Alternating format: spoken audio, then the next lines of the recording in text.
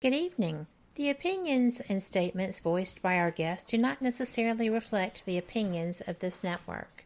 Enjoy the shows. You are listening to WBHM Digital Broadcasting, the best in paranormal talk only on Paranormal Experience Radio. Broadcasting live out of Birmingham, Alabama.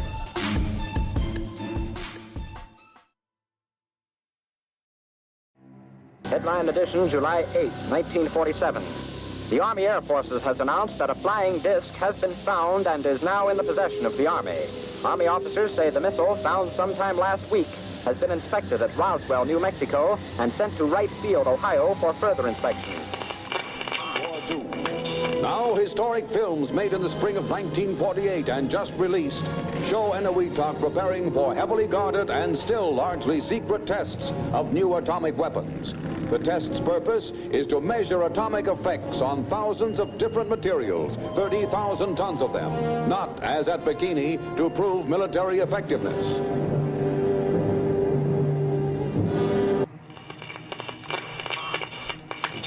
San Francisco police say that 9 persons have been arrested in a narcotics raid on the headquarters of the Grateful Dead, a widely popular singing group.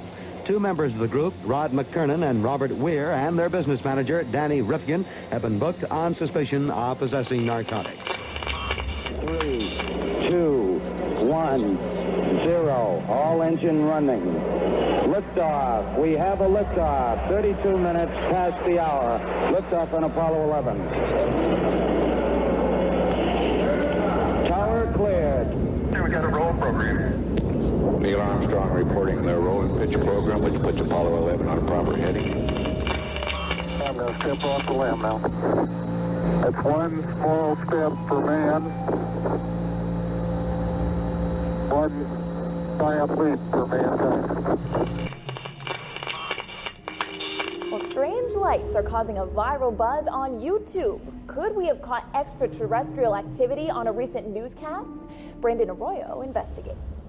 As the newscast ended, the controversy began back on September 26th. What is that light shining in the back of the dark night sky?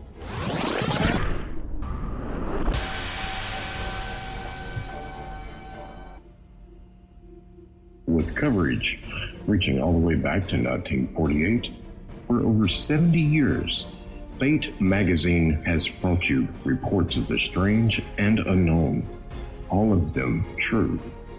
Now, Fate Magazine Radio is carrying on that tradition of setting the standard in paranormal talk radio as we report and discuss some of the most mysterious and perplexing phenomena imaginable in this strange world of ours.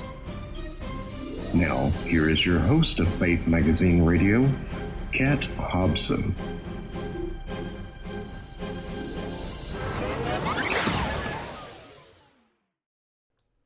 Good evening. Thank you so much for being here tonight. You are listening to WBHM Digital Broadcasting.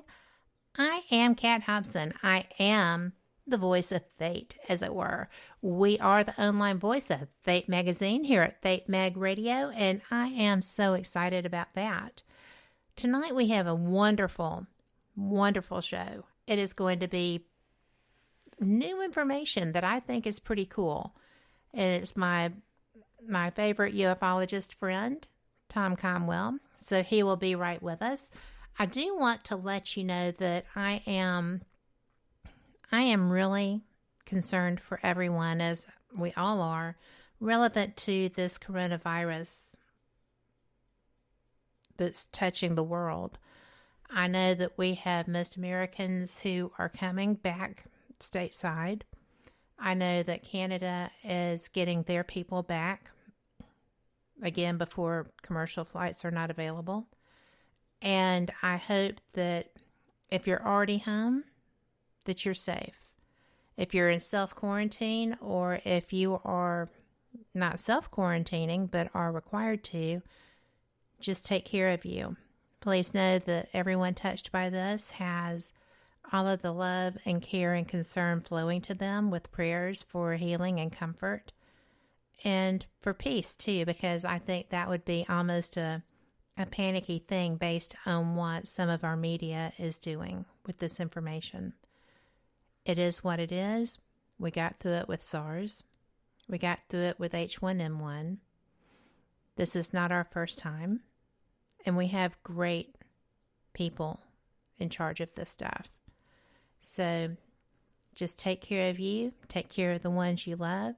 Make sure that your elderly people have a way to get something, even if you just go buy it and put it on their front porch. It's okay. You know, I am an elderly person. So I have somebody doing my shopping because I was recovering from the flu when this hit, and I am kind of self-isolating because I don't want to get it, and I don't want to give it if I got it. So that being said, we are so glad that you're here, and Tom Conwell, I am so glad that you're here because this is going to rock people's worlds, I think. Well, I certainly hope so, Kat. I've been struggling with what to do with this information for, well, probably since November. Mm-hmm. And I end up putting it down for a while and letting it sit there for a couple of weeks before I even look at it again, because it's been so disruptive to my life. I'll find something and then it's like I don't know what to do with this. Where do I go? Do I rewrite? Do I start different? You know, it's been a real problem for me. But here I am close to the end. And as I go through everything here about all the steps that I went through, you'll see why it's been so difficult. So, well, you know, I was not kidding when I said when we last spoke was 3 months ago. And it is very rare for us to get together this close together. And I wanted this information as soon as you were comfortable putting it out, because it really does fascinate me. I am obviously in the Southeast. We don't get a lot of earthquakes, although we have had a couple, and that I was aware of when they happened.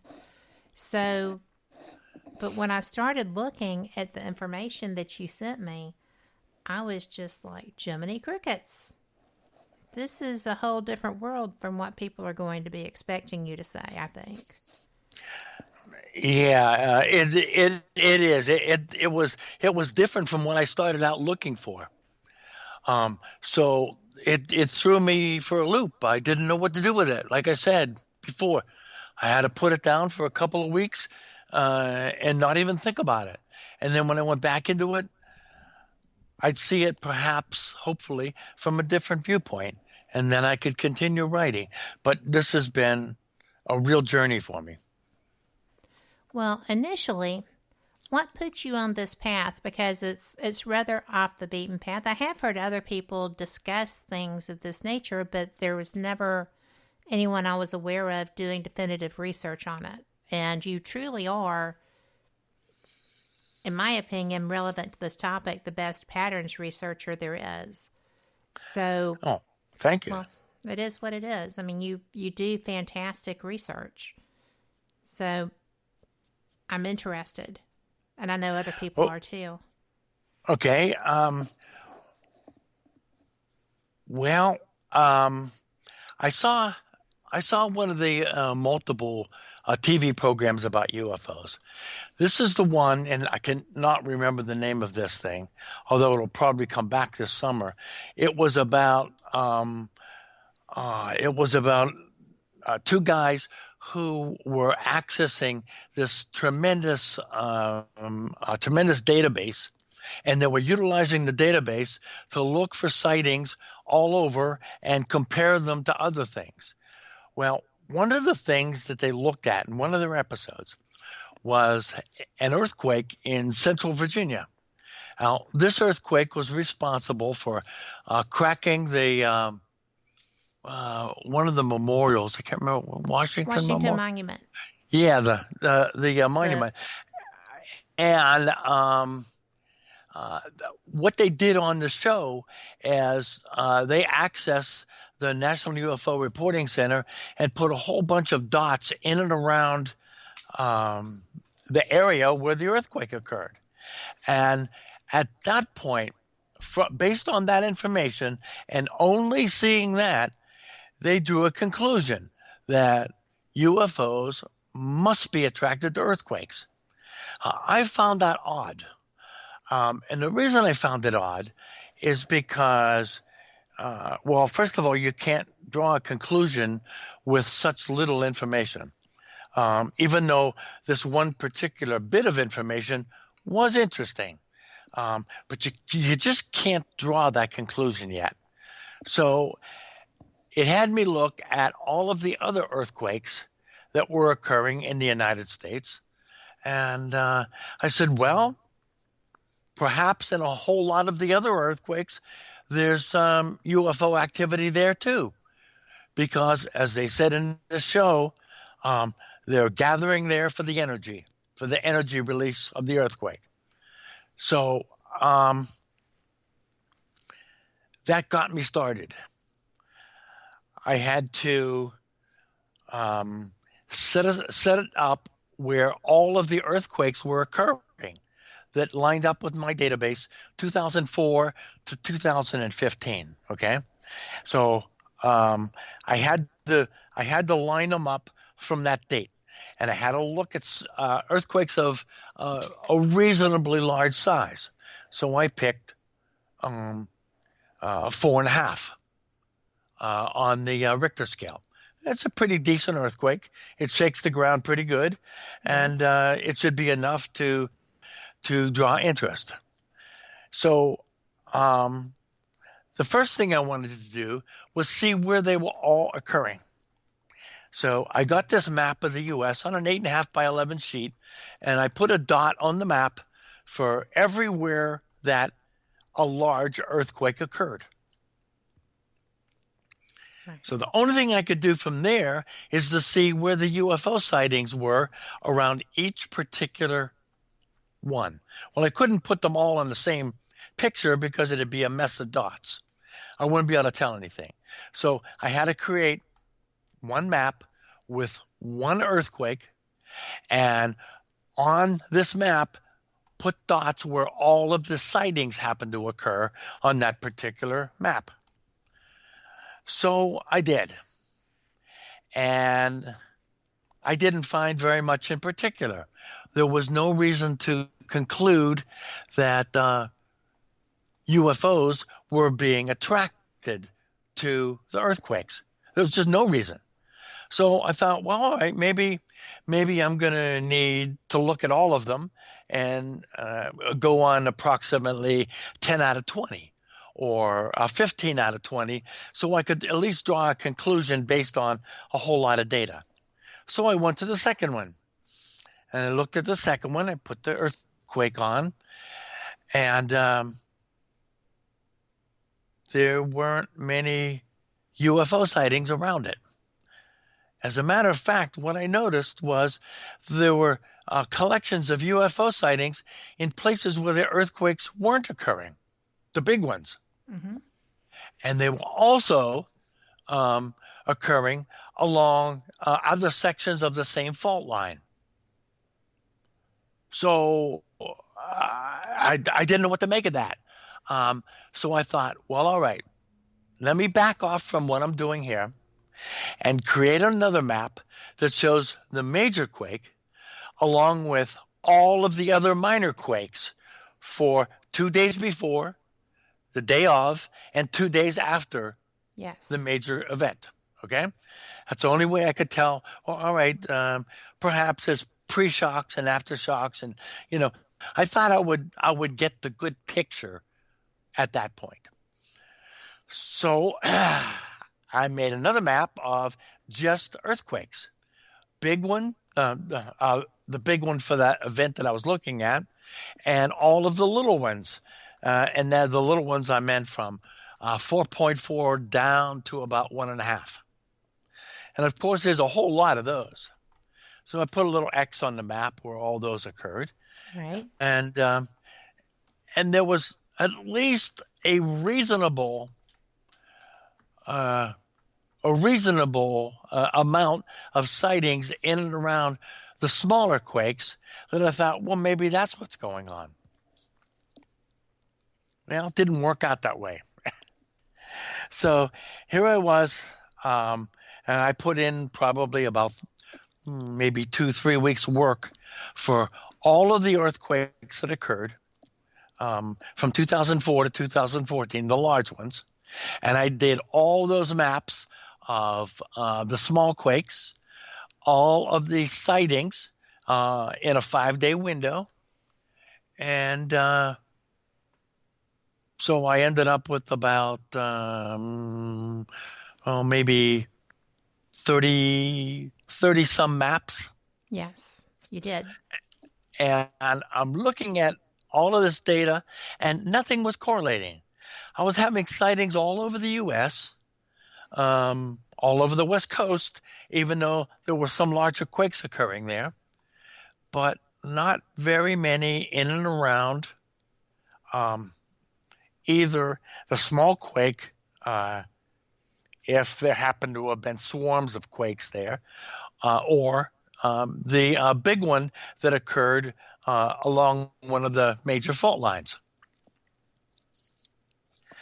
So what I did then is figure that, well, I have all this data here, and I can't draw any conclusions from it. Which was making you crazy. I know you. Yeah. So I thought, well, let me expand out to 5 days before, day of, and 5 days after. That's an 11-day window. Mm-hmm. So I looked at that, and this 11-day window, I had even more sightings and more dots and more X's, and nothing was lining up. The earthquakes were not matching the UFO sightings, and vice versa. I looked at this from multiple ways. So one of the evenings, I had a small table next to my little computer table, and I had a whole bunch of my maps sitting out. And the dog had to go out, so I jumped up and walked past my maps and opened up the door and let her out. And when I came back, I all of a sudden started seeing the maps from a different viewpoint. Now, again, I'm holding the map up just like the map of the United States would be. Right. West Coast on the left, East Coast on the right. All right. So when I walked back, I was looking at it from the top down. And as I came around my chair to sit down, I looked at it from the point of the Atlantic Ocean to the Pacific Ocean as being my straight line. Right. That's when I saw something that I couldn't believe. On the 5-day map in the eastern United States, eastern, by eastern I mean from the Atlantic Ocean to, let's say, the Mississippi River. Right. In the eastern side of the United States, there were groups of sightings, which I certainly had, but they were in straight lines. Now, how the hell is that even possible? Right. And consistent. Yeah. But you know what? We have to take a break. Okay. Because we are at our first break. Oh, and wow. This is just, I know, right? This is going to just get better and better. I'm so glad that you are here with us, and we will be right You are listening to WBHM Digital Broadcasting, the best in paranormal talk, only on Paranormal Experience Radio, broadcasting live out of Birmingham, Alabama.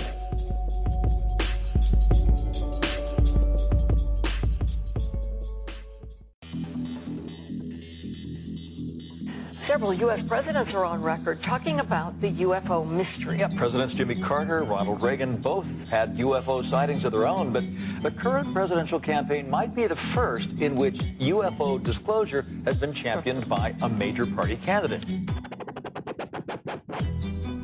DIA, CIA, it moves around, is operating a program to train psychic spies to spy and use their powers against Russia. John Ronson writes about this in The Men Who Stare at Goats.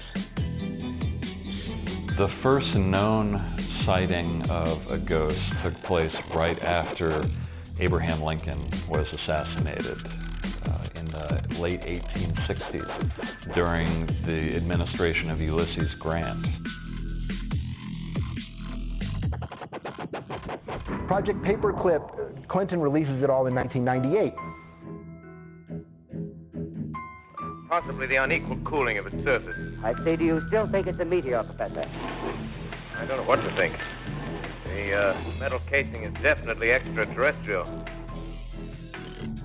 It's a place where UFO hunters and scientists gather to examine paranormal activity in the region. Some of the documents, this is bringing Nazi scientists into the United States to work here. So we fought against the Nazis, and it's not, this again is not a revelation. As early as 1947, 1946, we knew some of this, right?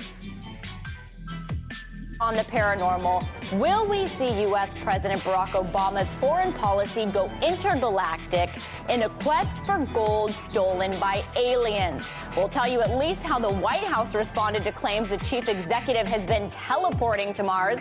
But let's get to today's Capitol account. UFOs, hauntings, psychic abilities, conspiracy, ESP, cryptozoology. There are many things that remain unexplained in the inexplicable world around us, and we're talking about them here, looking for answers on WBHM Digital Broadcasting, Birmingham, Alabama. The truth is out there. Thank you for listening to WBHM Digital Broadcasting out of Birmingham, Alabama. The time is 23 minutes after the hour. Welcome back to Fate Mag Radio here on WBHM Digital Broadcasting out of Birmingham, Alabama. My guest tonight is Tom Conwell. Tom has been doing some of his magic forensic patterns research into UFOs' relevance to fault lines and earthquakes. And we had just come to one of the aha moments. So Tom, would you like to just kind of catch everybody up and let's get to this? This is fascinating. Okay, do you want me to continue where I was, or? Well, sure. Just let them know that, you kind of had a moment looking at the maps from a different angle with the sightings and the quakes on them, and it was your light went off. Yeah, okay. Well, actually, you just did that. The teamwork. The maps that I had created, I only looked at in my lap, held up just as if I was looking at a standard map of the U.S. There were 8.5 by 11 with little dots all over it. I didn't really see any patterns because I didn't physically move the map anywhere, so I would look at it from a different viewpoint until I let the dog out. I walked back in, and then all of a sudden, before I sat down, I saw the maps from a totally different place. And what I saw in the 5-day map is a whole series of straight lines for the UFO sightings. There were nothing but straight lines across, at least half the U.S., from the Atlantic Ocean to, let's say, the Mississippi River. Mm-hmm. Just straight lines of sightings. I was so taken back by that and really didn't even know what to say. I put the maps aside again for another couple of weeks. I had to think about it. Nothing made sense. Why in the world would they be straight lines? What I thought initially was I just caught the pattern of them going back and forth across the United States, doing their scanning routine that they're doing, looking at us. But that didn't, it didn't exactly fit the scenario. So that's why I put the maps aside. And what I went through was a whole series of different thoughts of why there's straight lines. There had to be there for a reason. And what bothered me was not the fact that so much that there were straight lines, but they were repeating continuously with every map I did. Now, if you make the assumption that these are visitors from another planet, they probably got here with advanced technology. And one of the reasons they would have advanced technology is they wouldn't get here without super advanced computers and the ability to store information. So why would they find it necessary to go back and forth across the same areas over and over? Their memory on their computers, they'd be able to call up anything that they ever wanted. It didn't make sense to me that there would be a continuous scanning back and forth. Why in the world would they keep doing this? Yes. It made no sense, okay? So the only thing that I could come up with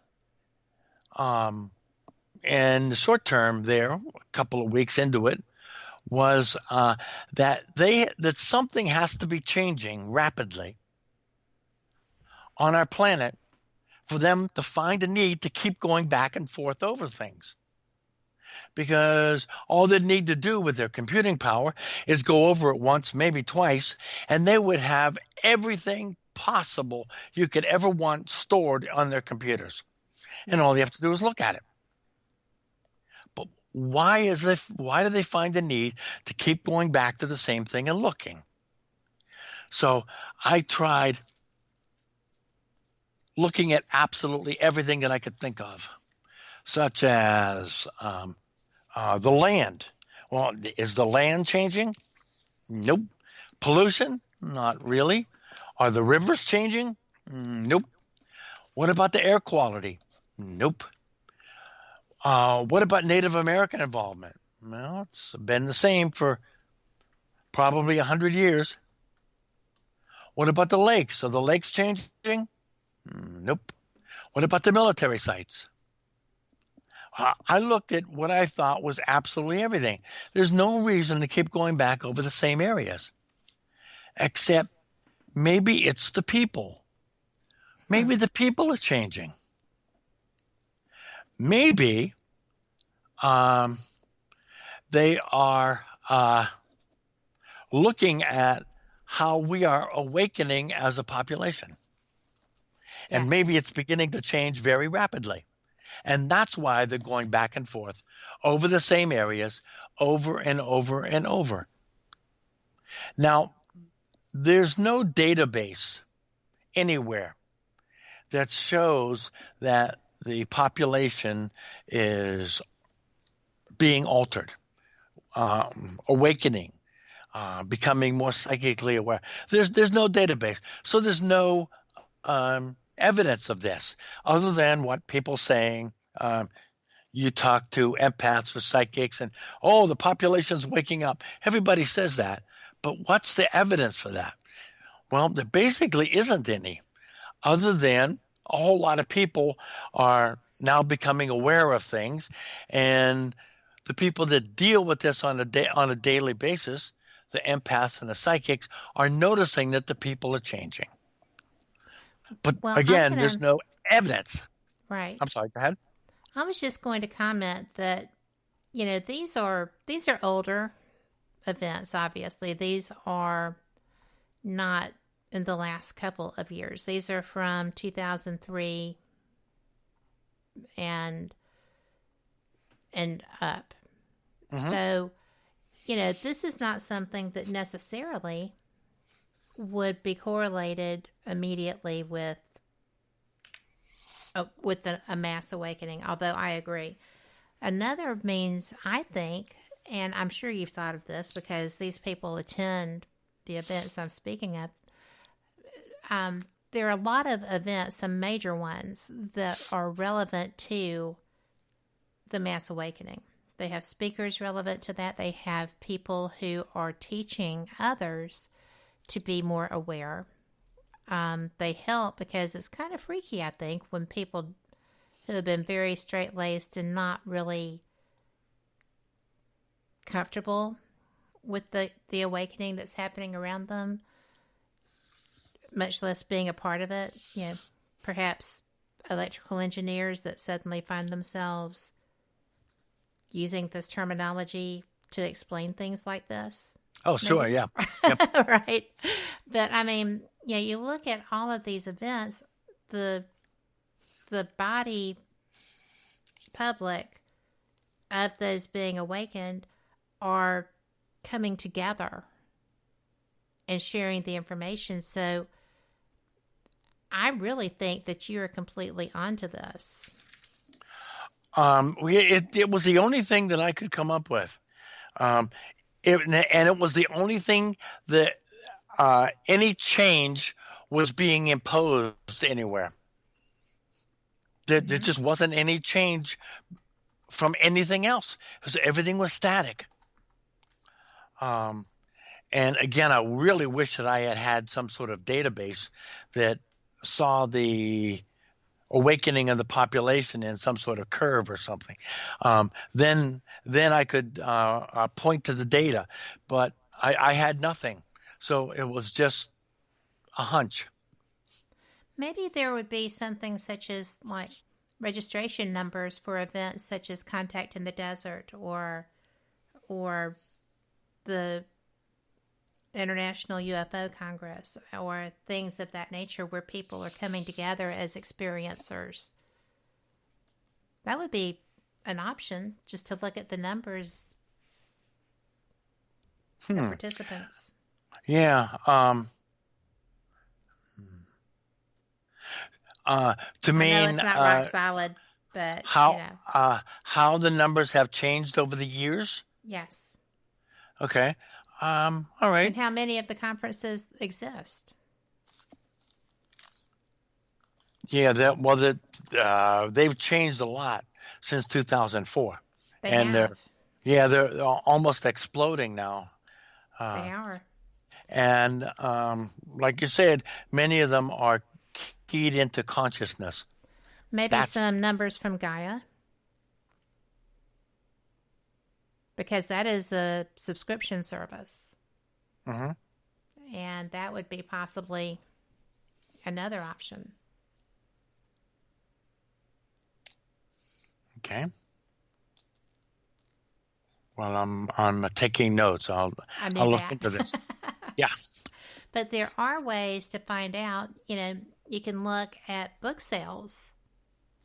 People like John D'Souza, who is totally on board with his information relevant to this topic, and who has himself awakened. So we have a question for you in chat that's a little bit to the left of this, but Sherry says that she doesn't think she's ever asked you, but have you personally ever had a UFO experience? Yes, I've had 4. I saw UFOs on 4 separate occasions. One time I was in the back room of my house, and my wife called my attention to it. She was looking out the front window.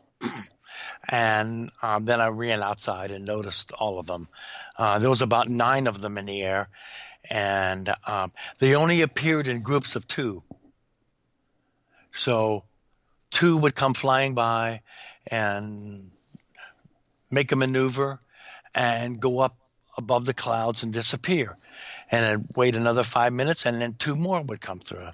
And I found that they were coming from the same place, and I was just hoping that they were going to pop in again, and I kept staring at the little spot in the sky, and wouldn't you know it, from a black sky, they just popped on from total blackness to brighter than the moon.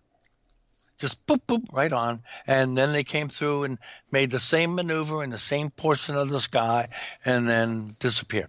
It was wild. All right. Yes. I saw one the next night after that. It was an orange orb, and it was rather large and traveling through the air in like the opposite, not opposite, in like 90 degrees to where I saw them the night before. Okay, so that was, and I had just seen one of them there. And then about 2 weeks later, no, it was more like about 4 months later. I was looking in the sky. We were on vacation in New Hampshire, and we're in this in a overlook on a lake, and I looked up in the sky and said to myself, "Boy, I sure would like to see a UFO now." And all of a sudden, I mean, just from that, there was a humongous red flash in the sky, and from that flash flew this thing out from it that went as fast as anything I've ever seen in my life. It was bright white, and it flew in a straight line until it couldn't be seen anymore. Almost like it popped open a portal or something and zipped through it. It was really weird. I've seen a lot of descriptions of that kind of thing in the National UFO Reporting Center, and I remember saying to myself when I read them, yeah, right. No way that somebody saw this, okay, until I saw it myself. Well, really something. Okay, well, that was the third one. And then the fourth one was I was going to work one morning, and it was about 6:45, and it was pitch black, and it was in the winter. And I drove across the bridge. That was a bridge over the Hudson River. And there was like a little straightaway for about maybe 3/4 of a mile. And as I left the bridge, I noticed a very bright red light out in the distance. And I thought, I don't remember there being a tower over there. And as I drove up towards it, I realized that there wasn't a tower. It was just a bright red light sitting there right around the high tension lines of a group of power lines that went through there. And just then, this red dot came towards me at breakneck speed, and it didn't come directly at me. It came do you know what a sine wave is? I do. Yeah. Okay. It came to me in a sine wave pattern, and as it almost to the point that it was hitting my windshield, it took off up to the sky, and then I saw a red light up in the sky, and at that moment I had to turn left to get onto the thruway. Oh my gosh. Yeah. Well, but that was really weird. So were all of these in New York? All except for one. The one that I described, the coming out of a portal or whatever it was, that was in New Hampshire. Oh, wow. Well, yeah, because you had said you were on vacay. Yeah. That is just wild. Yep. And then, after all of those 4 events, the next thing that happened to me was a waking dream. And I call it a waking dream because I didn't physically leave my bed that I was aware of, but I found myself walking down a path, and I could feel the leaves under my feet. The leaves are wet, and I'm walking down this path and come around a corner, And there was a ship there, and there's bright things in front of it. As I walked up to the ship, there was a person made out of light. I said that. A person made out of light Whoa. standing there, and said, "We need your help." And I thought, this is really weird. I mean, really weird. And he said, "We need for you to come into the ship and stand by my partner. He's ill and he needs your energy." Oh. Oh, I'm thinking, boy, this is really strange. And I felt myself climbing up into the ship. And this ship wasn't that big, okay? It was like 3 feet by 4 feet. And when I walked into the ship, it was like freaking enormous. Oh my gosh. I don't know. I can't explain it. Like Mary Poppins bag. Yeah. And I was told to stand next to a guy there. And I did. And we exchanged a couple of words. This guy was made out of light also. And we exchanged a couple of words. And he says, "Okay, we no longer need you. Thank you for your help." And I left the ship, and I woke up. I was in my bed. How have I never heard this before? And in fact, Sherry says she knows now she's never asked that question because these experiences are awesome. Yeah. So, and the first thing I did when I woke up in bed is I reached down and touched my feet, hoping that there was a leaf attached to them. No doubt. Yeah, there was no leaves, but my feet were wet. Well, they do pay attention to detail. Mm-hmm. So, but could you see what shape the crafts were? Yeah, it was an egg. All of them? Oh, I'm sorry. Which craft are you talking about? Well, the different ones in your experience. Oh, okay. Oh, those. All right. I thought you meant the dream. Well, the dream, that's okay. That's interesting. An egg with light beings. Yeah. The first two were the first two sightings that I saw were one was there were fireballs. There were balls of roaring flame. What color? I could see them close up. Oh, orange. It was fire. It was on fire. And it reminded me of a digital fire. Like you see on TV at Christmas time, the Yule log. The Yule log. Yeah, it sort of reminded me of that because the flames sort of did the same thing over and over. So I could tell that it was a faux flame, but it was really wild.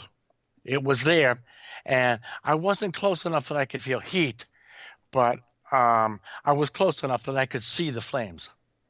Wow. The second item that I saw, the second night, that was a sphere, just a circular orange sphere. The third night happened so fast I couldn't tell what it was, and the fourth one was probably a sphere, but it was tiny, but super bright and red. Wow. That is just mind-boggling.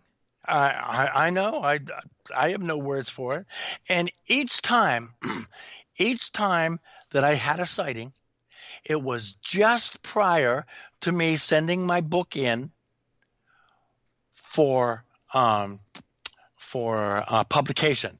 It was finished, and then I saw the sighting, and I was able to include it in the book.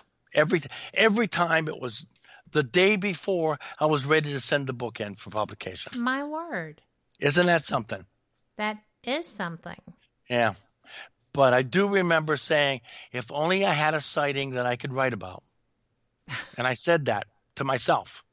I mean, and there I you don't go. know who would listen, but I mean, I thought it was quite strange that I would say that and then see something. It was just odd. That is so odd. But Well, we have another question that Sherry has put in here, but we are late for our break. We're going to take it right quick, and we'll be back. You are listening to WBHM Digital Broadcasting, the best in paranormal talk, only on Paranormal Experience Radio, broadcasting live out of Birmingham, Alabama.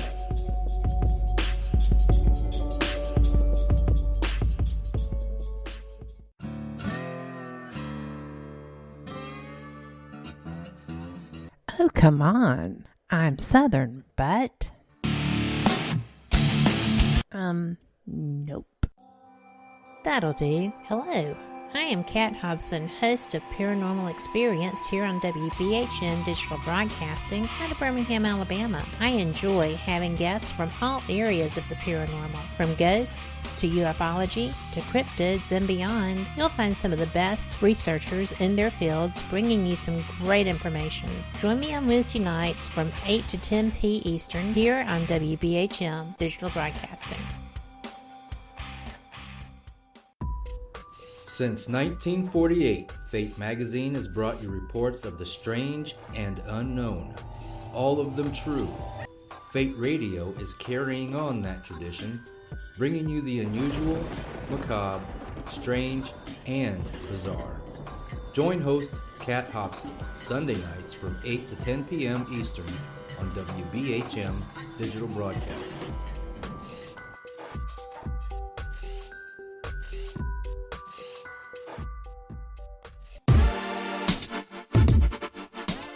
You're listening to WBHM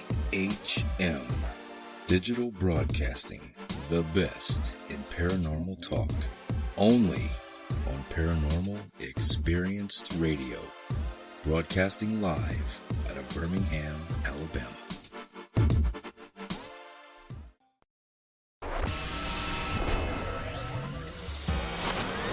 You are listening to WBHM Digital Broadcasting, Birmingham, Alabama.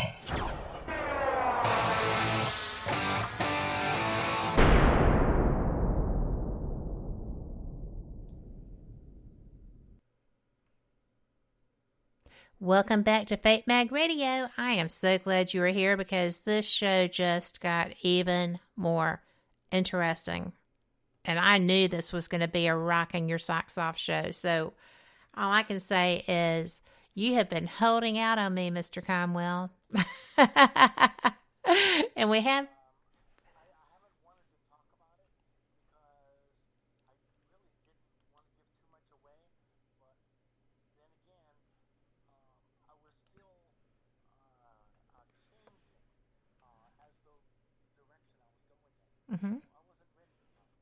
Well, I am knocked out. You know, we have other questions on some other ufology topics, and we're going to get to those after we get some more of this fabulous information on the correlation between UFOs and the earthquakes. And now you have come with a different perspective relevant to that, and this is just getting better and better and better. So well, yes. Not for you. You've got the writing thing down, I believe. So I have confidence in you. So when you get to the point of being ready to write on this, you know, have you started the book covering this yet? Have I started the book what? Covering the UFOs with the oh, come on, brain. With the fault lines, then moving into the awakening correlation. Okay, no, I haven't. I haven't gone with the awakening thing. I think what I did was when I realized that things were in straight lines, and I settled on the reason of why they were in straight lines, and why they were occurring continuously. The only reason I could come up with is the awakening in the general population. I had no other reason. But once I settled in on that, something else stuck out to me. I created a bunch of maps, hand-drawn maps. Mm-hmm. Did I send you the? You did. Yeah, I did. I did. Okay, all right. Now, as I was doing those maps, I realized that there were some things that I hadn't yet touched, hadn't addressed, and in all, what I'm trying to do is relate everything that I can think of that's occurring back to my UFO sighting map, because I think that's the standard that I'm going to hold myself to, and wherever the sightings occurring on this map, they have to be related to something else that's occurring, not just UFOs. All right. So what I did was I started looking at everything I could think of. So I created a map of the major plates, then one of the major river systems and lakes, and another one of the mountain ranges, then land and water-based magnetic anomalies, where the hotspots were, right, active and inactive volcanoes, mineral resources and mines. Then I came across one that sent me off in yet another direction, missing persons in cave systems. David Paulides, that's pretty interesting stuff there. Well, when you compare it to your map, there are some serious correlations. There absolutely is. Absolutely. If I can get David to respond to me, I'm thinking that we could I'll come up with some pretty good information together. So that's still ongoing. Then I have my UFO sighting map and where the anomalies in the UFO sighting map happen to occur. And there's about 100 of them across the United States. Yes. Then I came up with a Bigfoot sighting map, Giant's Bones discoveries, underground military bases. Some of these, it may not be in the thing that I sent you. Underground military bases, nuclear power plants and missile silos, U.S. ley lines in the energy grid, and the 37th parallel.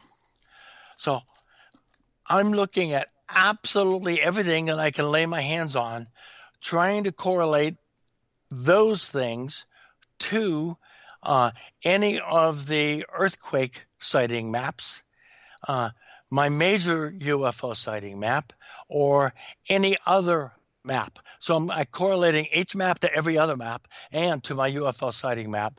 And it's like a real nightmare. It really is.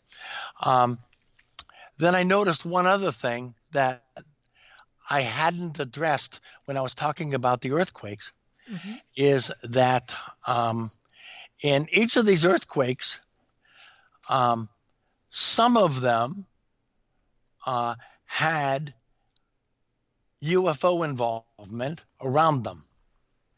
Every one that did were part of a swarm of quakes that was occurring somewhere in the U.S. Yes.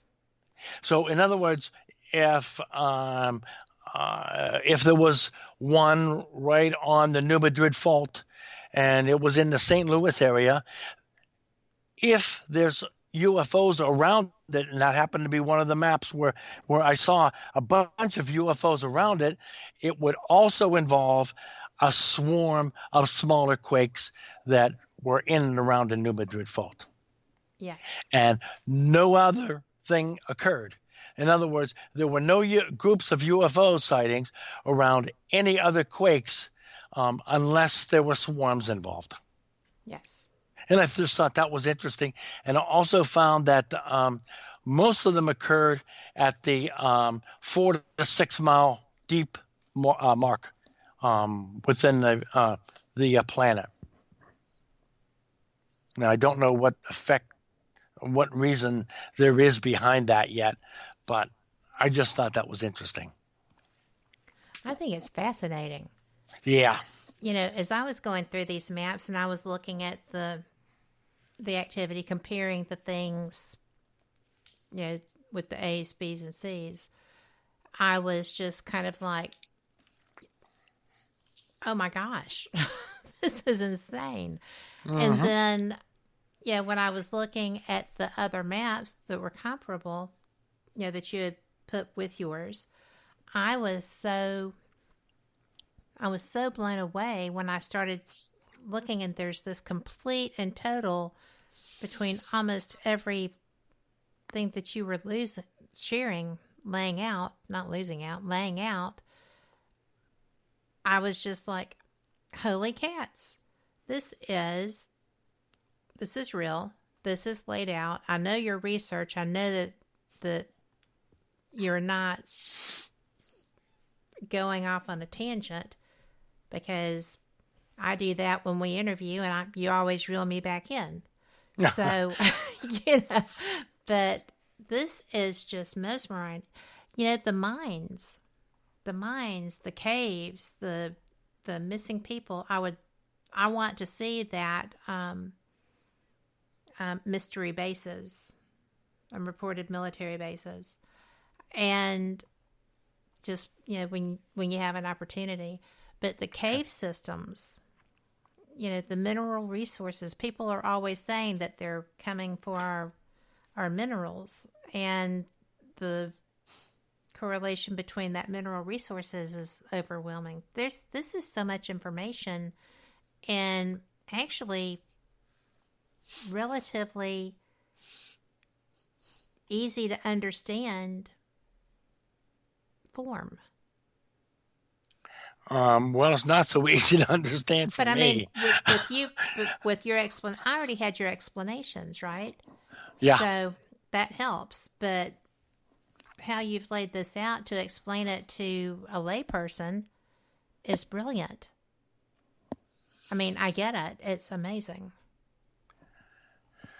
Well, I have map A through Q. And I have to compare each map to every other map, and also correlate it in with the UFO sightings. And I'm still deciding to write that up, because if I write it up, A versus B versus G versus Q, you know, people will just go, I can't read this. I understand. So it's a real problem. And I've been struggling with that portion, but I think I'm close to getting to the point where I can say I'm finished and go from there, you know? Well, you have a lot of information that you're going to have to figure out how to share with a lot more words than you have on this PDF, and I understand that. But I think that, dude, you've got it. You are on to it. It's just, and it is, the farther it goes, the more information, the more obvious people showing up. And then you'll have the anomaly that is like, there's not a lot there. Why isn't there a lot there? So that's why you write the books and I talk to you. It works for me. So, writing this book wasn't, I knew I was going to get into all kinds of issues and problems, but I said, you know, somebody's got to do this. And when I started in with it, I figured, well, geez, I've basically proved that UFOs are not attracted to earthquakes. But what about this map? What about this one? Why I have straight lines here? What about that? So as I was doing just basic research, it created a whole thing a room full of questions, Yeah. And I find myself walking out into that room sometimes and getting pummeled with questions and not having all the answers yet. You'll get there. Because this is pretty astounding. But I don't see how you do this. I am so knocked out by you. But we are at the top of the hour, which means we are going to take our news break. And, I hope it's not scary. I hope that everybody is just kind of settling in and doing what you were supposed to be doing to care for yourself and the people that you love. And we'll be back after this. Always hopeful. Support for this NPR podcast and the following message come from BetterHelp, online counseling by licensed professional counselors specializing in issues including depression, stress, and anxiety. Visit BetterHelp.com/news to learn more and get 10% off your first month. Live from NPR News in Washington, I'm Janine Herbst.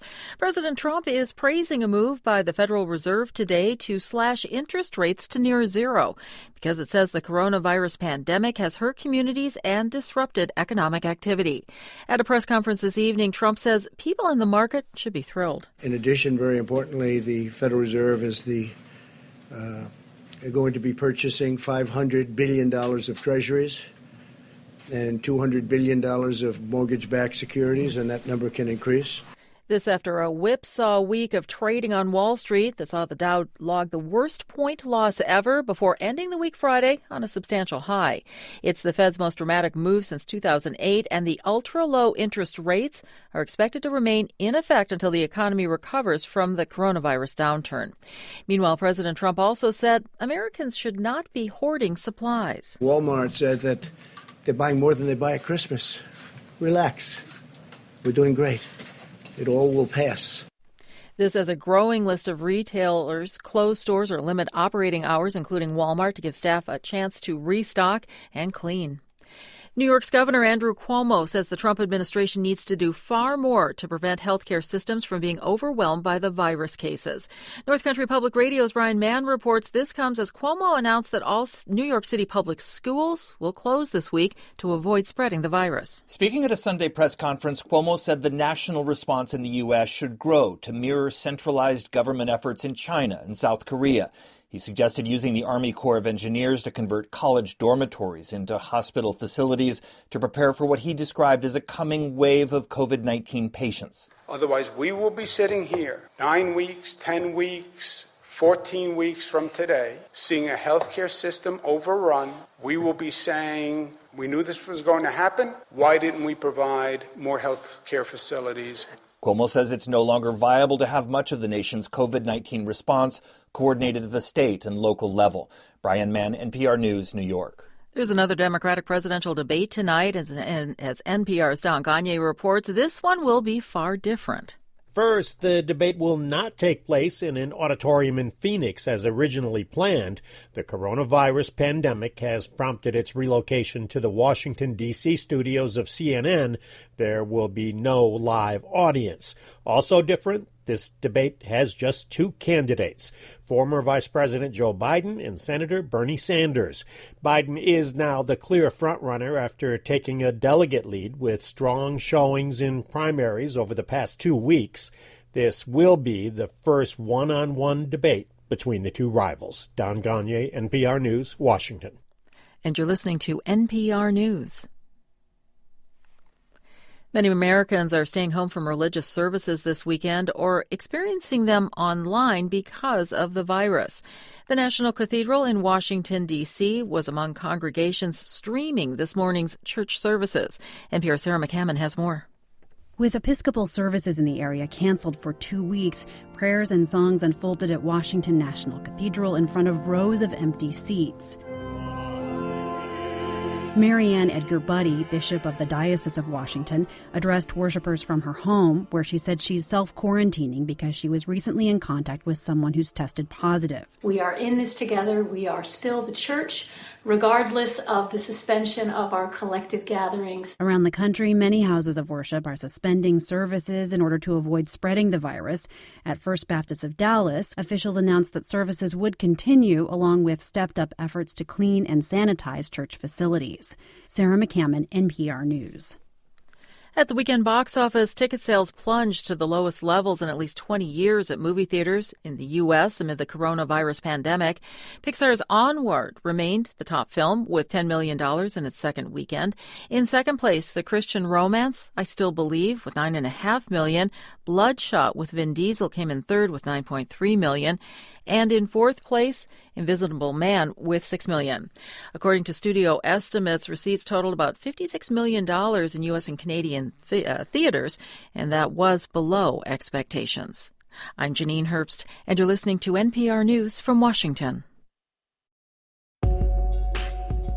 You're listening to WBHM Digital Broadcasting, the best in paranormal talk, only on Paranormal Experience Radio.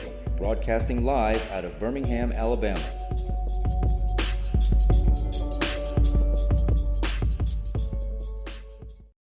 Welcome back to WBHM Digital Broadcasting out of Birmingham, Alabama. The time is 5 minutes after the hour. Welcome back to Fate Mag Radio. You are listening, yes indeed, to the online voice of Fate Magazine. I'm Kat Hobson, your host, joined tonight by my guest, Tom Conwell. Tom has been doing some astounding research relevant to earthquakes and UFOs, and he has surprised even himself as well as me. He's just brilliant. There's no other word for it. He is the author of the They Are Here trilogy, and I'm going to tell you, he's good at what he does. And he also happened to write a nice little book that is called, I always get this wrong, which is really embarrassing, Going Interstellar, Problems First. And it's embarrassing because I wrote the foreword for it, and I always get the name wrong. Oh, boy. So, it is a fantastic book, and if you haven't read these books, they are the definitive information on UFO sightings in the continental U.S., so I would suggest checking them out. So, Tom, I am just having such a great time learning from you. We have discussed all kinds of things, and, I am really taken aback and in pretty much agreement, really, with your take on this being people interested in the raising of consciousness and people being aware of the spiritual side of life and the universe, and maybe even interacting with the universe. So I'm enjoying this conversation. Yeah, I actually think that's the trigger for the UFOs to say, okay, they're ready. Yeah. You think? Yeah, and we haven't gotten there yet. And if they ever take over the responsibility of imposing disclosure on everyone, then it's going to be based on that formula and whether we're awakened as a population or not. Because when they tell us what they know, we better be awakened. Otherwise, it's going to be terribly frightening. Well, I think it is. Don't you think that people are already readying that path, though? Oh, absolutely they are. And I would say at this point, there's probably enough people ready to fully accept the UFO presence, but someone thinks that it isn't. Yes. I wrote somewhere, and I can't remember if it was in the section that I gave to you, or wrote something else, but that I thought that there was two plans for disclosure. Yes. One plan was, I think it was in this book. One plan was the extraterrestrials will just show up. The other plan was run by the people on the Earth, Yes. and that's the plan that's winning out to this point. And if they ever get tired of us, they're just going to go do their thing. Well, yes. Do you think that, when they decide to take control of that situation, that is going to be something to anticipate in the near future, or is that something that really is going to be a distant thing? Okay. 5 years ago, I was convinced that a large-scale disclosure was about to happen. Right. I'm not so convinced anymore. I'm thinking that if any kind of disclosure happens, that it's going to be minimal. They're going to say, well, we made contact, but not say anything else. And that may occur sometime soon. But the whole story, the whole truth, we aren't going to know that for many, many years. Unless they decide to take the gloves off. Unless they do, yeah. Certainly the people who are running the show now on our planet are not going to allow it to happen. But the ETs may force it to happen. You know, I get so frustrated by the people that are like, oh, well, you know, they just need to land on the White House lawn. Well, no, because, you know, then we will be automatically in a galactic war. If that happens, if they are indeed there coming and they do that, they know us. We're primitive. Mm-hmm. We still fight with projectiles, and now we also have sound energy that I believe is utilized as weaponry. And obviously, I do believe that we are seeing a form of biological warfare, whether it got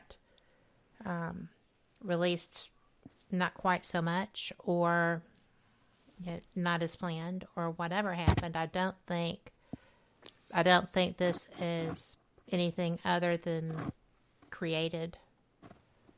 And I think the genie got out of the box. So here we are. Yeah, I don't disagree with that. I don't think it was created in the U.S. I think it was created somewhere else, and somebody just made a boo-boo. Well, I think maybe we should talk a little bit further to that Harvard professor that was aiding the people over at the facility where this showed up, or the town at any rate. Yeah, in Wuhan? Yeah. So I remember thinking, oh my goodness, this man was interacting with the Chinese relevant to a laboratory. And then the next thing I saw was that, oh, look, we have a virus that's covering the planet. Mm-hmm. And, it's just astounding that, pay no attention to the man behind the curtain is quite so strong. So there you go. That's my take on it.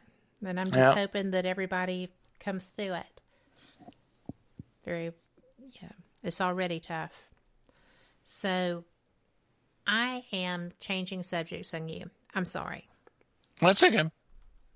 But I am interested. I know that you think that this is totally not going to be something that shows up Zoom on our end.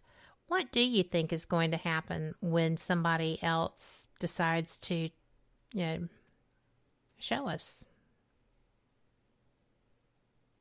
Do you think we're going to manage well? Oh, you mean if they try to impose disclosure on us? Yes. Okay. Yeah. We have too many people who can't even share with their neighbor, and it would just be a terrible situation. Maybe after 10 or 15 years, they may be able to come back and we can sort of create a dialogue. But initially, there's going to be a reaction to that that's going to be very similar to the hoarding going on now. And it's just not going to be good. Yeah. I wish that weren't the case. It wouldn't be the case with me, but I suspect there's just too many people that don't like their neighbors. Not just a shame. I think so too. But I do think if what you're anticipating is true, that perhaps they are looking to see who is open to them. Yeah, so that's why a mini disclosure might work to announce that we've made contact and have been talking to them, but they aren't going to show up here for another 25 years, but they're going to be talking with us at various times and giving us some gifts. And I think that we got to do it slowly. If we do it with massive ships over every large city, that would not go well. That would not go well because that would be Independence Day. Yes, it would. Yep. And people would trip. And then people would do stupid things like launch nuclear weapons at them. Yep. So I just hope that when they come, they share their knowledge. Yeah. And that they are beneficial and not aggressive. Yep. If they do share their knowledge, no matter what it is, even if it's one little thing, it's going to be so completely life-changing and very disruptive to the entire world. Say, for instance, they were to share free power, free energy. Well, what would that do to the oil and gas industry? To all the people who work in that. Yeah. It would just be total and complete disruption. All the cars that are made, they won't need gasoline anymore. They can run them on batteries. And by the way, here's a brand new battery type that is going to run forever. It just would be extremely disruptive. Our energy grid would not be able to handle it. We would have to renovate everything. It would just take 20 to 50 years for us to accept the gift and utilize it. Well, I think that it could. Or if they were bringing that here, they would work in tandem. I mean, I'm sorry. We could already have that stuff. They took out the guy that had the plans for it and took the plans. So I do not believe that would be something that the powers that be were unfamiliar with. And I think there would be a reckoning, for that too. So we are going to just about have to go to our break now. But when we come back, we will discuss this further, and we have questions in chat for you. Okay. So we'll be right back, guys. Y'all come back too.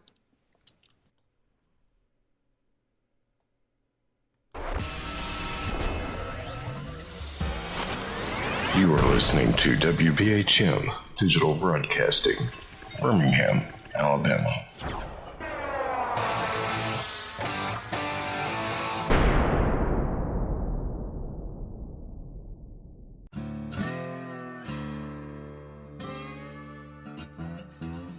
Oh, come on. I'm Southern, but...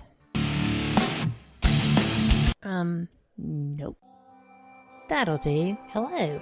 I am Kat Hobson, host of Paranormal Experience here on WBHM Digital Broadcasting out of Birmingham, Alabama. I enjoy having guests from all areas of the paranormal, from ghosts to ufology to cryptids and beyond. You'll find some of the best researchers in their fields bringing you some great information. Join me on Wednesday nights from 8 to 10 p. Eastern here on WBHM Digital Broadcasting.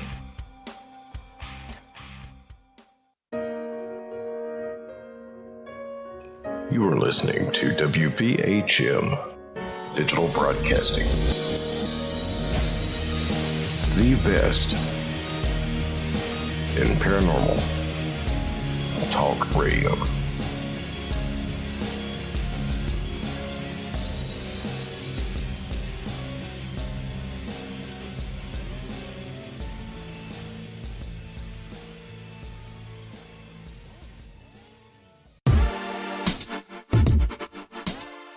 Listening to WBHM Digital Broadcasting, the best in paranormal talk, only on Paranormal Experienced Radio, broadcasting live out of Birmingham, Alabama. Since 1948, Fate magazine has brought you reports of the strange and unknown, all of them true. Fate Radio is carrying on that tradition, bringing you the unusual, macabre, strange, and bizarre. Join host Kat Hobson Sunday nights from 8 to 10 p.m. Eastern on WBHM Digital Broadcasting.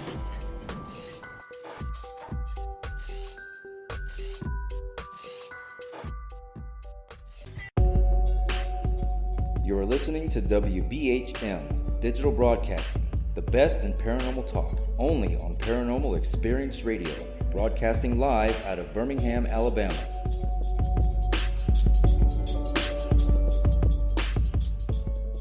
The time is 23 minutes after the hour. Welcome back to Fate Mag Radio, the online voice of Fate magazine. I'm Kat Hobson, your host, with my guest, Tom Conwell, author, ufologist, forensic patterns researcher, and all-around fascinating, great guy. So, yeah, I told you that we had some questions. Do you want to move to those? Oh, sure. Why not? Okay. Well, there's a few. Let's see. The first one that we didn't get to in the last hour was on crop circles. And Sherry had said that she spoke with someone else in ufology who had answered or given her an answer relevant to crop circles, but she wanted to know if you have seen one, and because she respects your work and she likes you, she would like to know your opinion on them. Okay, well, I have never seen one. Okay. But I would like to. And once I did, I would like to have some equipment with me, such as a mel meter and a field strength meter, so I could go out and see what kind of energy signature is left within the crop circle. What I think they are is that I think that they are created, many are created, not all, many are created by some force other than us. They are whipped up in almost minutes by bright shimmering lights that go flying around a field, and all of a sudden there's something incredible left. We don't have that kind of technology that I'm aware of. So I think that there's something else at work there. in addition to the ones that are not created by extraterrestrials, I think there's possibly some created because of our own energy fields within the planet. Things like ball lightning come down and jump around and then disappear and do whatever. I think they're responsible for a few of them. But as far as some guy going around with a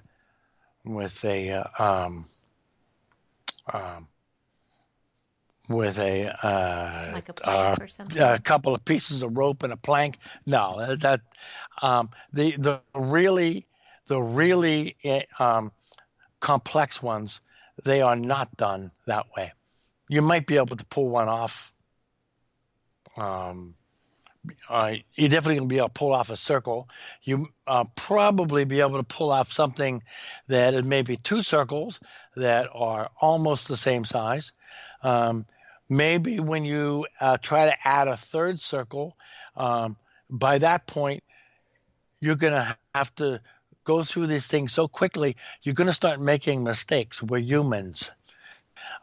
There's going to be footprints, there's going to be drag marks, there's going to be something there that is left behind that's going to indicate that it was made by a human.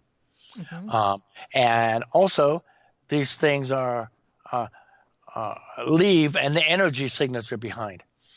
And the energy signature is trackable with certain electronics. Also, once these things are created, approximately 2 to 6 inches up on the stalk, the stalk is superheated. Yes, like a microwave. It blows a section out in the stalk where it can release the steam, and the crops, whatever they are, just fall down. And you can't do that with a plank and a couple of pieces of rope. Yes, I mean, because they're literally not broken. Yeah, and they still grow. Yes. Yeah, so but they have radiation. Yeah. They are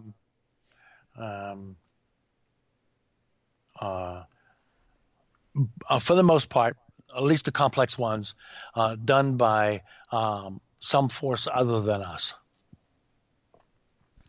Well, she wants to expand on that question, but she says, so you think it's messages for us in the crop circles? And does anyone you know of know how to decode these, or have they tried? I have read a couple of books on that. The person, my go-to person is, I believe it's Gary Hart. He's from England, and we have exchanged multiple communications. And he's the person that I rely on for all of this stuff. And I don't think anybody has come up with a way to decode this quote message unquote, because I don't know what it is. I don't know if they're random pictures, if they're just done to surprise us, or to impress us, or whatever the deal is. I have no idea, but I've always wanted to get a list of all the pictures and put them sequentially, tape them up on a wall and put them sequentially across the wall, and bring up a chair and put the chair down and then just stare at them. There's something there that nobody's looked at yet, but there's something there in terms of a message. I don't know what it is, though. I agree. And, I'm very fortunate to have been able to interview Nancy Talbot of BLT Research, who is a crop circle specialist. And she unfortunately had a health incident and has not gotten back out in the public venue yet. But I was so fortunate to learn from her over the years. And she actually has a young man over in Europe who is aware of them coming. He knows when a crop circle is going to be created and can actually take you. And that happens while they're there. So, it's just really wild that he, and his name is Robert,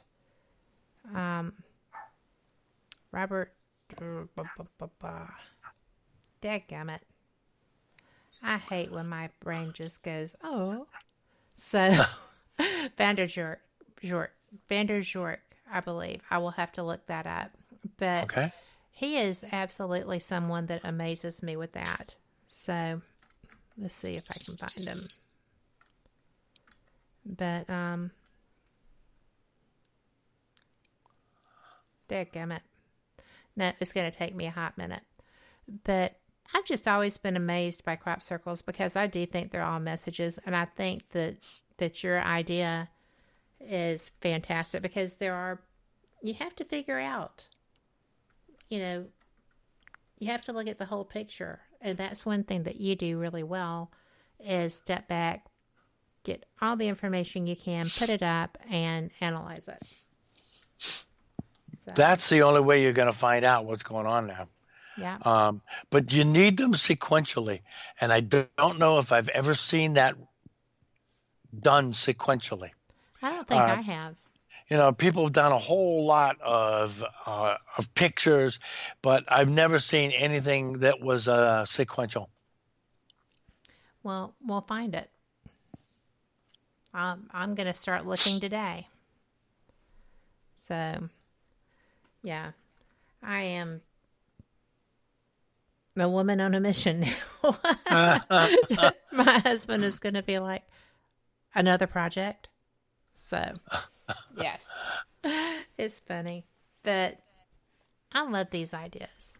Now, here's something else, and I know that you have worked on a team with one of the Bigfootin' guys, and that you have been involved in all kinds of paranormal research. But the next question is, have you ever had a Bigfoot encounter? I have not. And the main reason for that is until such time as I walk out into the woods and that the concierge is there to greet me. Yeah. That's the only time I'm going to be out in the woods. Yeah, I'm kind of that girl too. Yeah. I am not. I will get eaten by mosquitoes, attacked by spiders. Animals will come up to me and bite me. All kinds of things will happen, and I'm not gonna go out in any woods. That's not happening. Yeah, I'm not. My idea of roughing it is the lobby of the Holiday Inn. So now, let me throw out a developed opinion here. When I first started in with the paranormal, and was actually my first foray into ufology. I was with someone who has a desire to go out looking for Bigfoot. I just thought it was just nonsense, bogus. Yeah. I didn't believe it for a second. My opinion has changed in that.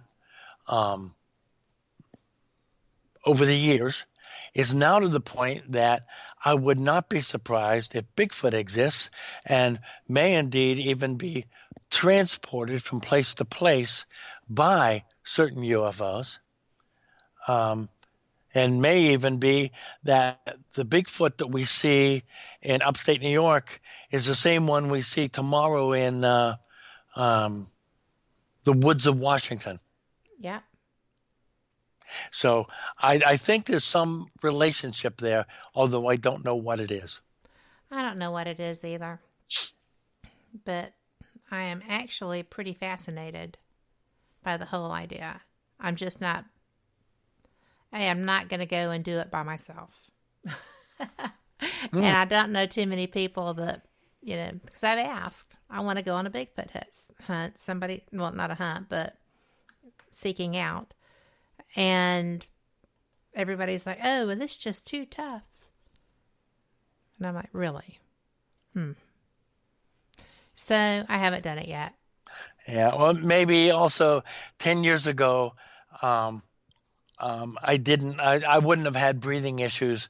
Right now, if I go out into the woods, I'm not going to make it very far, and I'm going to have problems. Yeah. No, that's what happens when you get older. Yes, it is. But you know what? At least you get older. Yes. Oh, yeah. It's every day's an adventure, one way or the other. I'm really having fun with this. I think that you sharing your UFO experiences I can't believe I have not heard you talk about that in the past to that extent. Well, nobody really ever directly asked me. Well, I have a good chat room. They come up with some doozies, but that one you would think that would be fairly simplistic. Just asking, why are you so interested in this research at some point 5 years ago would have been a good idea. So 4 years ago, but it's just interesting to me. I think that all of your work has been. So tell me something. When I'm looking at my clock to make sure I'm not going to run us late, but when you started looking at I'm kicking back to the earthquakes, okay? Because when I was starting into going through this work, you had all this stuff listed.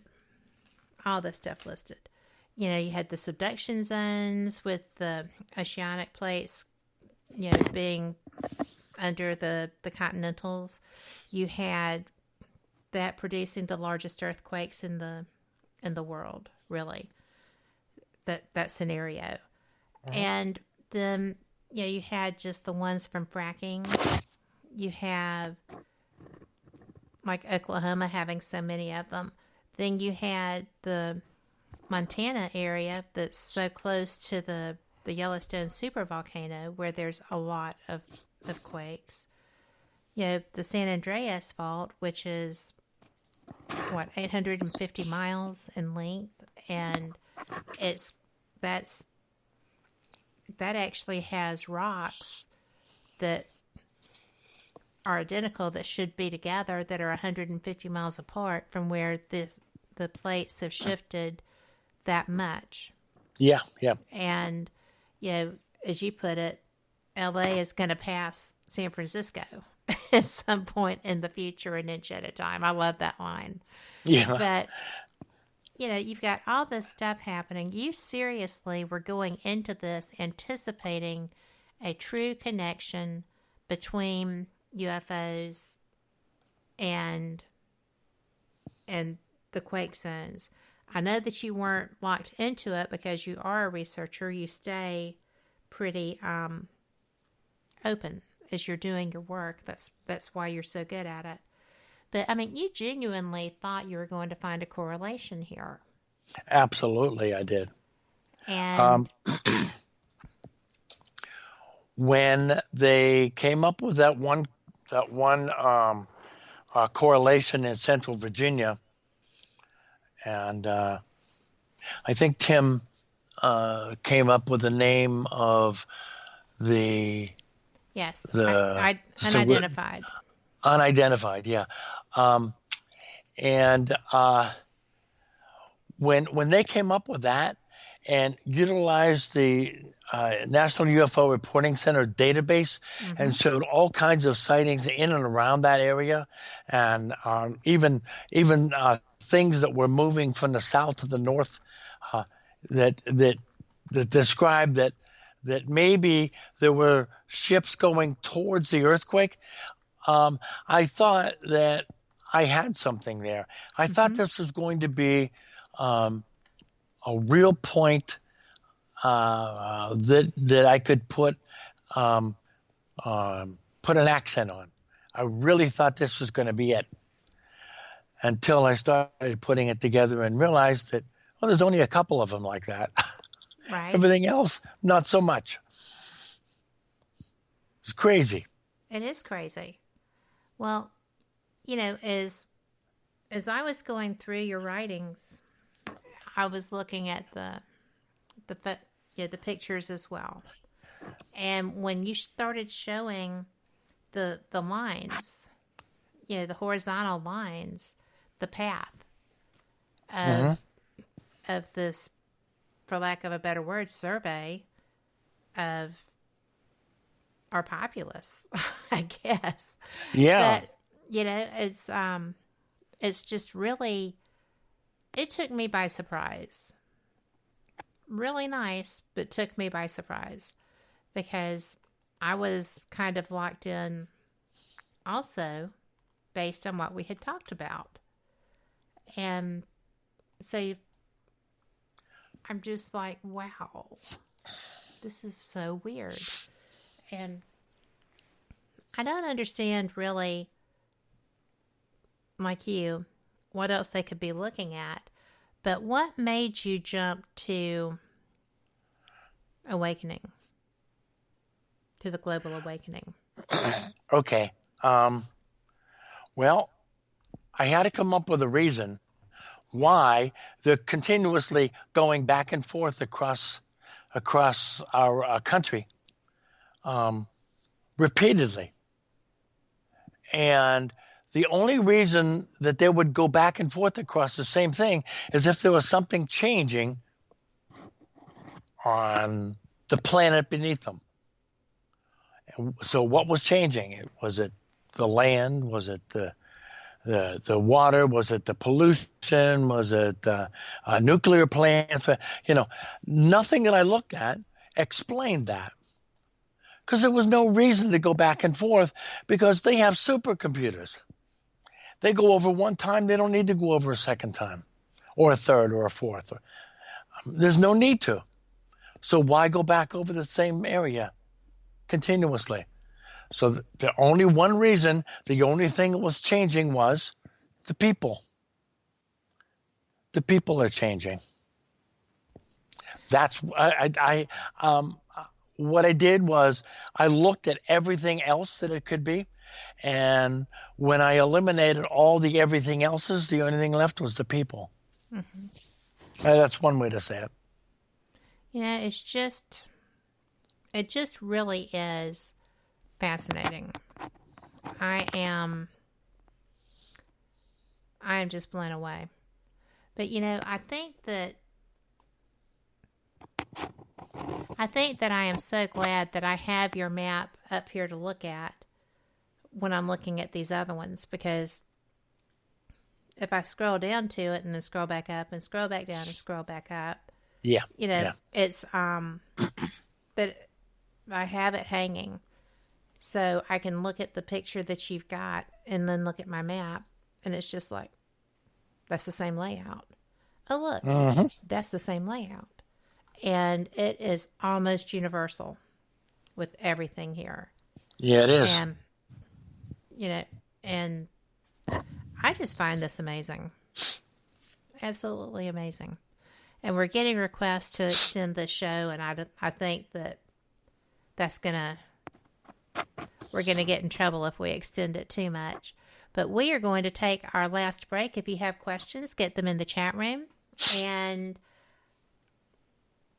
I'm having so much fun. I hate to stop, but we will be right back. Y'all come back too. You're listening to WBHM Digital Broadcasting, the best in paranormal talk, only on Paranormal Experience Radio, broadcasting live out of Birmingham, Alabama.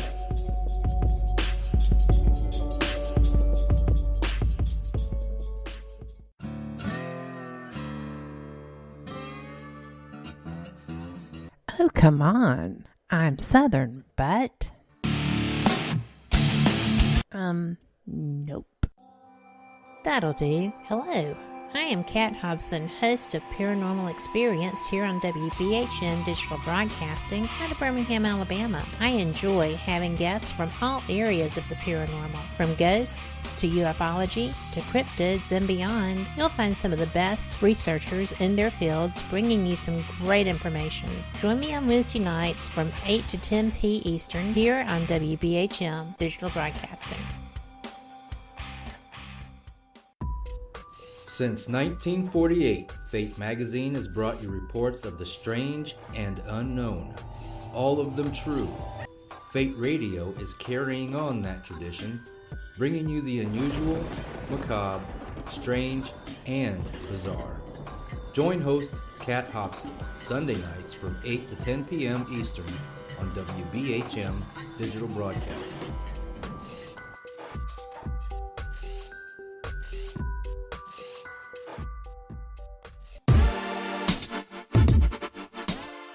Listening to WBHM Digital Broadcasting, the best in paranormal talk, only on Paranormal Experienced Radio, broadcasting live out of Birmingham, Alabama. Thank you for listening to WBHM Digital Broadcasting out of Birmingham, Alabama. The time is 45 minutes after the hour. Welcome back. You are listening to Fate Mag Radio here on WBHM Digital Broadcasting with my guest, Tom Conwell. We are having such a good time. I love this guy's work. I know y'all know that. But when he was on with me 3 months ago, Tom, you said, I'm looking at this and it's really looking fascinating. And when I have the answers, I'll come back and share it because I wanted that. So when I got the message from you that said, hey, I think I found something. I think that it's awesome. I'm like, we're on. So we picked some dates and here you are. And, I just really think it's funny that this turned out to be something different than you expected because you are not exactly a woo-woo kind of global awakening person. As a rule. No, not even close. Okay. I kind of am. I love events that cover that topic. I read a lot on that. I have been experiencing it myself. So, for you to have this be what you come out with is just so interesting. Yeah. I mean, the other day, I went to a friend's house. I won't say where, and went into the house, and I got the immediate impression that that person was going to die. Oh. Yeah, and it shook me up. It really did. It took me a while. I talked to several people along the way, several psychics.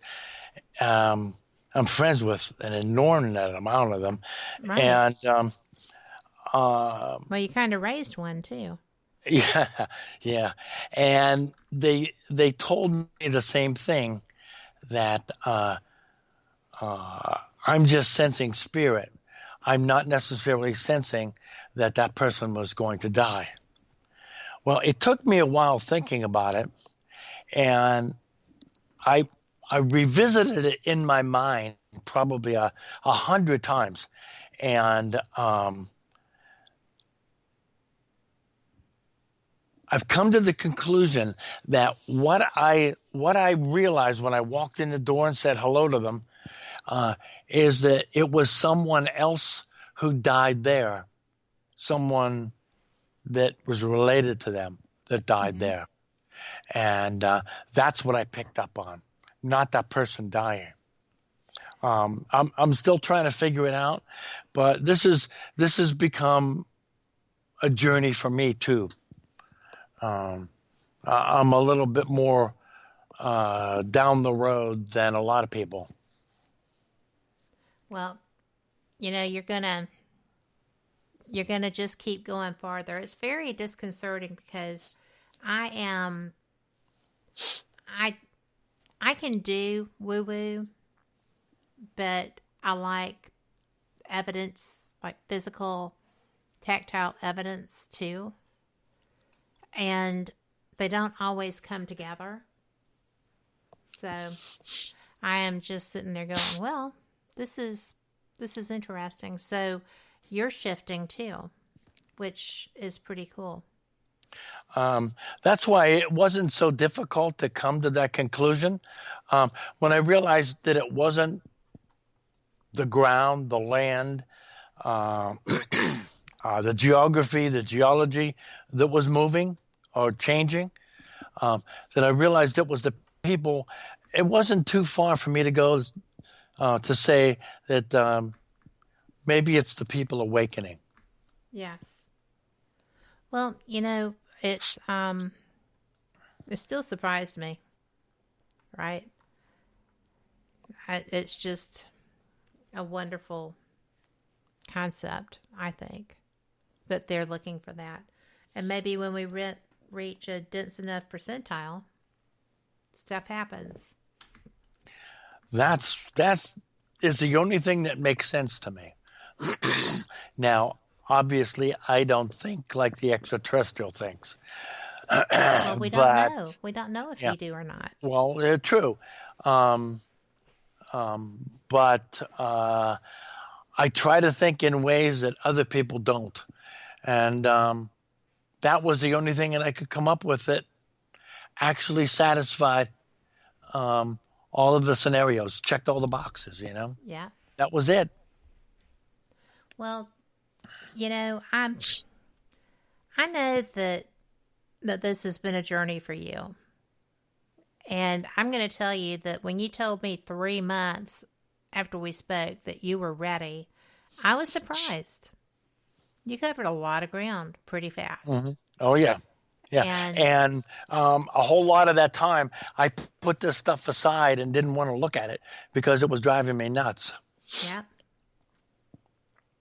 Well, I'm glad that you did it because I've been curious about that. When you first started talking about it, I was like, ooh, this is going to be interesting. This is fun. And, so when I get to your conclusion, I'm just kind of like, this is really not his color Kool-Aid. What is this? Yeah. So I go back through the maps and I'm looking at stuff and I come back and I read your conclusion. And I'm like, oh, this is a giant leap forward or over. And, it's going to be amazing. And I think it's really cool because, right this red hot minute, this globe needs this awakening that's going on. Absolutely. Yes. People are so afraid. That's bringing down the vibrations. People are suffering. That's bringing down the vibrations. People are angry. That's bringing down the vibrations. People are too afraid to look out for each other in a lot of ways. They're looking out for themselves. And, the people that can need to step up. There's a lot of people, and it doesn't have to be that you are, a shaman or a Buddha, or I think we're all Buddhists, but or a you don't have to be a Mother Teresa. You can just love. You can just pray. You can just ask whatever powers that you believe in and that you resonate with. The Creator always, I think, has control.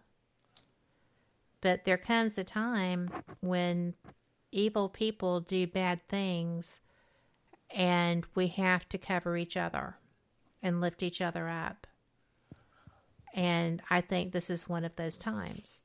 Mm-hmm. Yeah, very true. It's just going to be something that,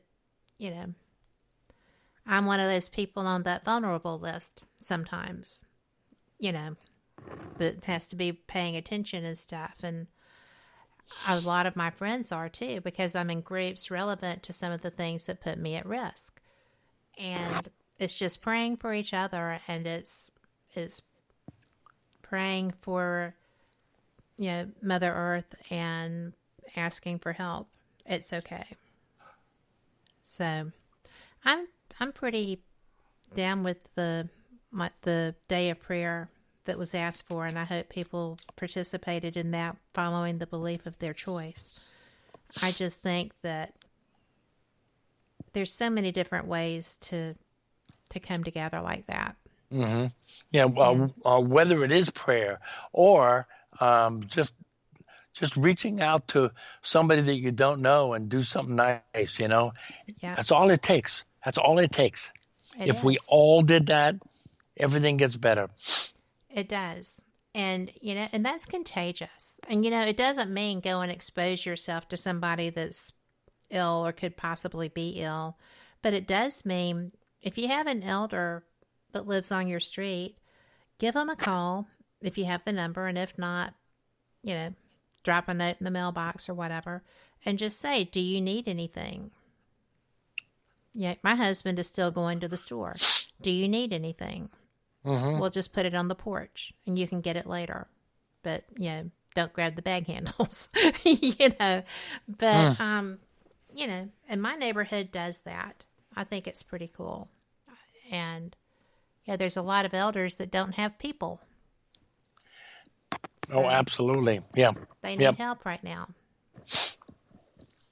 And quit taking all the baby formula and the diapers and that's the unbelievable, childhood isn't it? medications.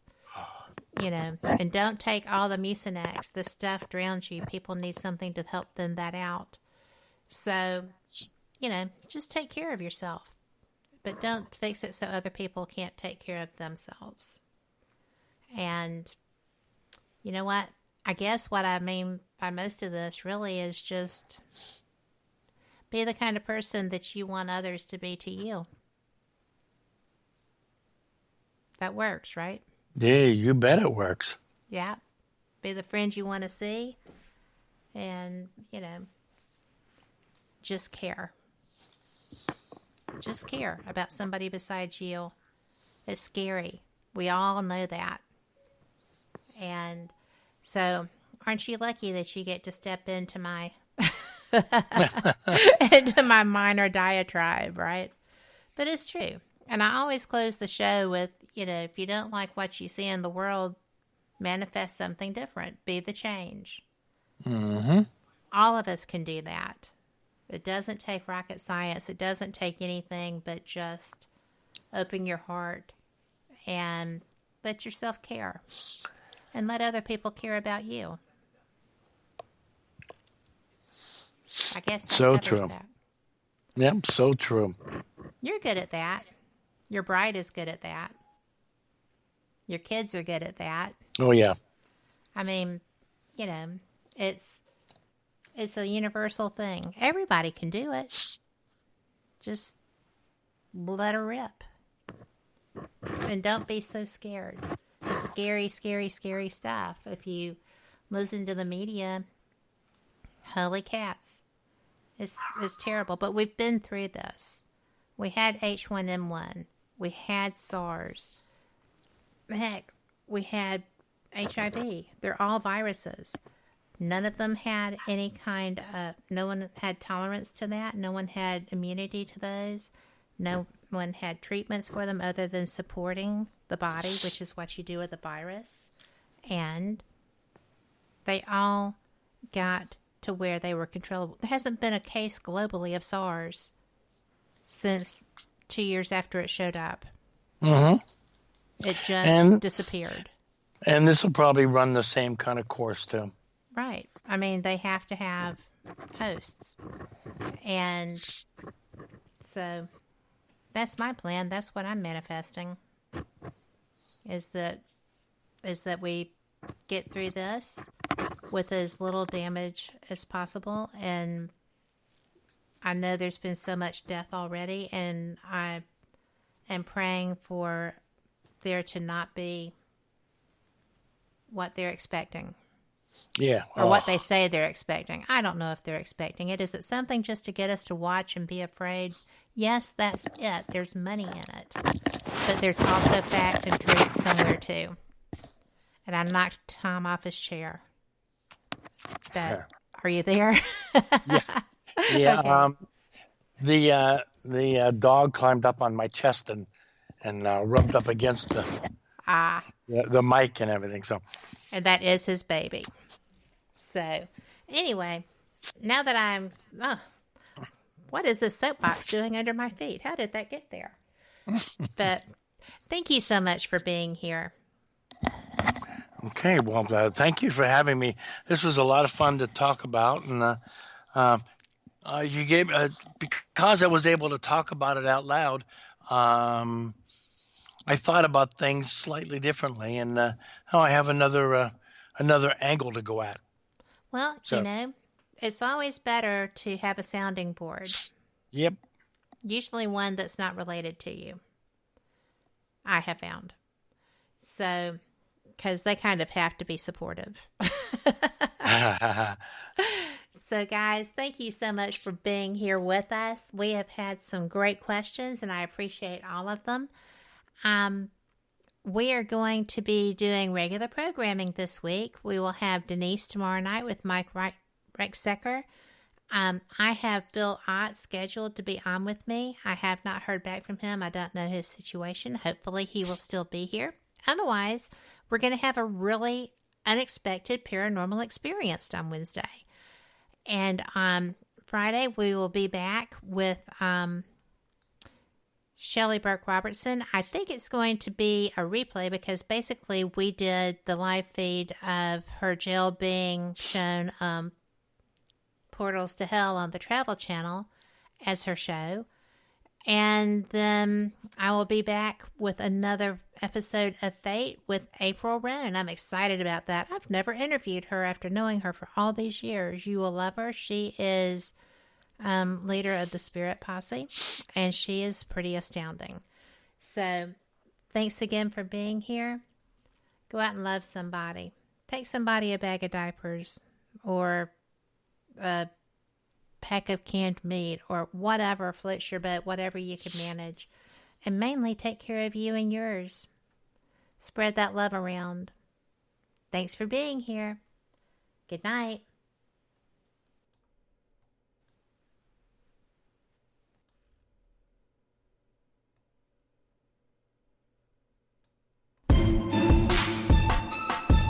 You are listening to WBHM Digital Broadcasting, the best in paranormal talk only on Paranormal Experience Radio. Broadcasting live out of Birmingham, Alabama.